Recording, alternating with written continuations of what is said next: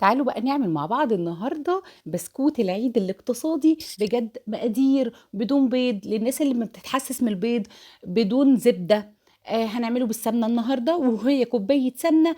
وبصوا حاجه بسيطه جدا، مكونات يعني بسيطه جدا يا جماعه، هتطلعوا معاكم بسكوت ناجح من اول مره لو انت اول مره تعمليه. وبالقمر اللي انتوا شايفينه ده، طريقه سهله وبسيطه ومقرمش، مش عايزه اقول لكم القرمشه اللي فيه عامله ازاي، تحفه وهش من جوه وتحفه. يا ريت بس قبل ما نبدا الفيديو، لو عجبك الفيديو لايك وشير وخلي الكل يستفاد. وكل سنه وانتم طيبين. اول حاجه معايا حاجه سهله جدا، كوبايه سمنه. والكوبايه اللي هتعايري بيها هي تكون كوبايه واحده، انا عايرت بالكوبايه المعياريه. كوبايه من السمنه وهي بدرجه حراره المطبخ، لا جامده ولا سايحه ولا اي حاجه، بدرجه حراره المطبخ. عبيتها بدرجه حراره المطبخ. ومعايا كمان كوبايه من السكر. كل الوزن هكتبه لكم بالكوب والجرام هتلاقوه فوق الفيديو. نضربهم مع بعض بالمضرب السلك اليدوي، ولا هنحتاج مضرب كهرباء ولا اي حاجه عشان لو ما عندكيش اي امكانيات. بصوا، في نص ساعه تكوني مخلصاه والله العظيم حرفيا. ضربناهم مع بعض لحد ما نوصل للقوام الكريمي بالمنظر ده. بعد كده نزلت بظرفين من الفانيليا، وهنزل معايا بكوبايه الا ربع من اللبن، كوبايه الا ربع من الحليب. شايفين؟ تقلبي كويس لحد برضه تلاقيه رجع تماسك تاني مع بعضه. بس كده. طب هنحط ايه دلوقتي؟ هنضيف دلوقتي مع بعض مكون تحفه هينقلك البسكوت وريحته لحته تانية خالص، وهو قصنص الحليب. لو موجود، لو مش موجود استغني عنه. بس الازازه دي بتبقى، بصوا يعني انا جايباها ب 20 جنيه. انا نقطت منه بس حوالي 3 4 نقط، 3 4 نقط فقط. اوعي تزودي فيه عشان ما يمررش معاكي.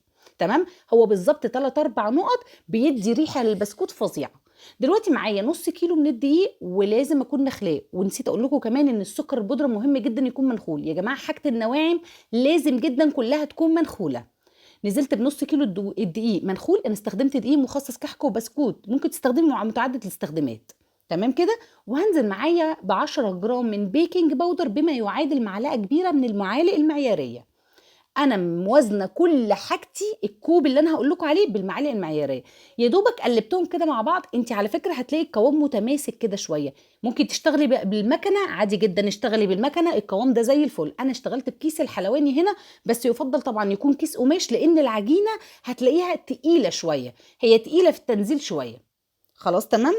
ولكن والله حلو جدا. انا عايزه اقول لكم بقى دلوقتي، بصوا، بدون بيض بدون زبده بدون اي حاجه، بجد اقتصادي ولذيذ وخفيف. وهنكون مشغلين دلوقتي الفرن. انا مشغله الفرن بتاعي على درجه حراره 180. دخلته اول 10 دقايق على 180، وبعد كده هديت الحراره ل 160 وخليته بقى عشان ياخد لون براحته، يبقى متحمر من تحت وفوق واخد كله لون واحد. يبقى انا السوا على درجه حراره فرن ساخن من قبل على 180.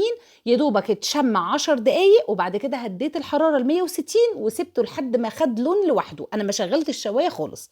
اتمنى يكون الفيديو عجبكم واستفدتم منه، وبجد عجبتكم الطريقه الاقتصاديه، اقتصادي وحلو جدا. انا عايزه اقول لكم والله العظيم اتسحرت بيه بكوبايه شاي امبارح كده وكان زي الفل.